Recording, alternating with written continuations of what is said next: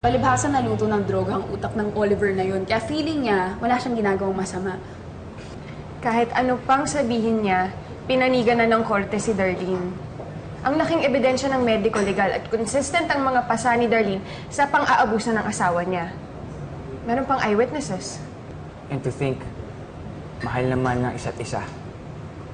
Minsan talaga akala mo, kilalang-kilala mo ng isang tao.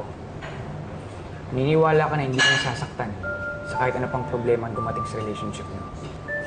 Pero sa bandang huli, marirealize mo na mali ka pala dahil sasaktan ka pa rin niya. Personal na testimony mo ba to, Joel? Parang yung ginawa mo lang kay Grace noon?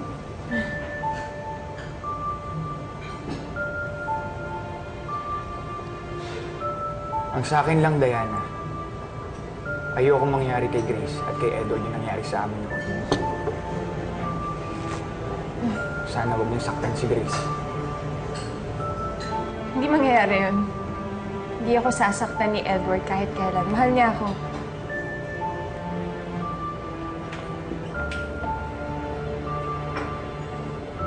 Grace? Bakit mo kasama yung lalaking yan?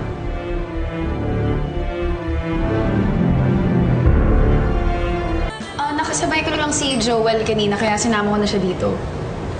Pinag-uusapan lang namin yung kaso ni Darlene. Eh, di ba dapat sa akin mo dinidiscuss yan?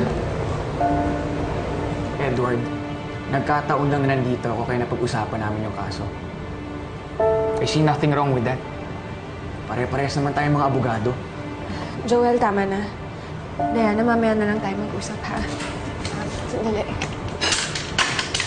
Edward, tara.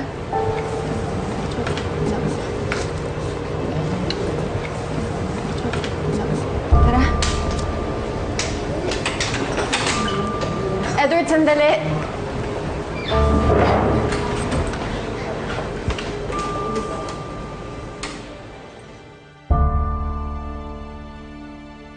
Alam mo naman na wala na akong nararamdaman para kay Joel at ganun din siya. Hindi ka nagsiselos. This is something else. Yeah, you know what? Maybe it is something else. Is it work? You know, it's just those damn Japanese. Hindi nila na ako naintindihan eh. So, this is about your deal. Bakit? Ano bang nangyari? Edward, kausapin mo naman ako ng maayos. Hindi yung ilalabas mo sa akin yung frustration mo. I lost control. Okay? I just completely lost it a while ago. The Japanese just kept asking questions, question after question. I got confused and then I got agitated and then it just exploded. Grace, I didn't know what I was feeling anymore. And the worst thing happened. I lost the deal.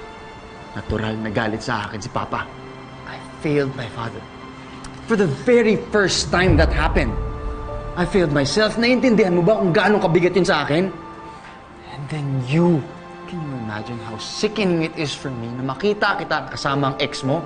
After this whole freaking mess that I've been through. Daratnan kita na ipagmabutihan sa lalaking yun. Edward, you are acting so illogical. You're acting childish. So ako pa yung mali. Tell me, ako pa yung mali.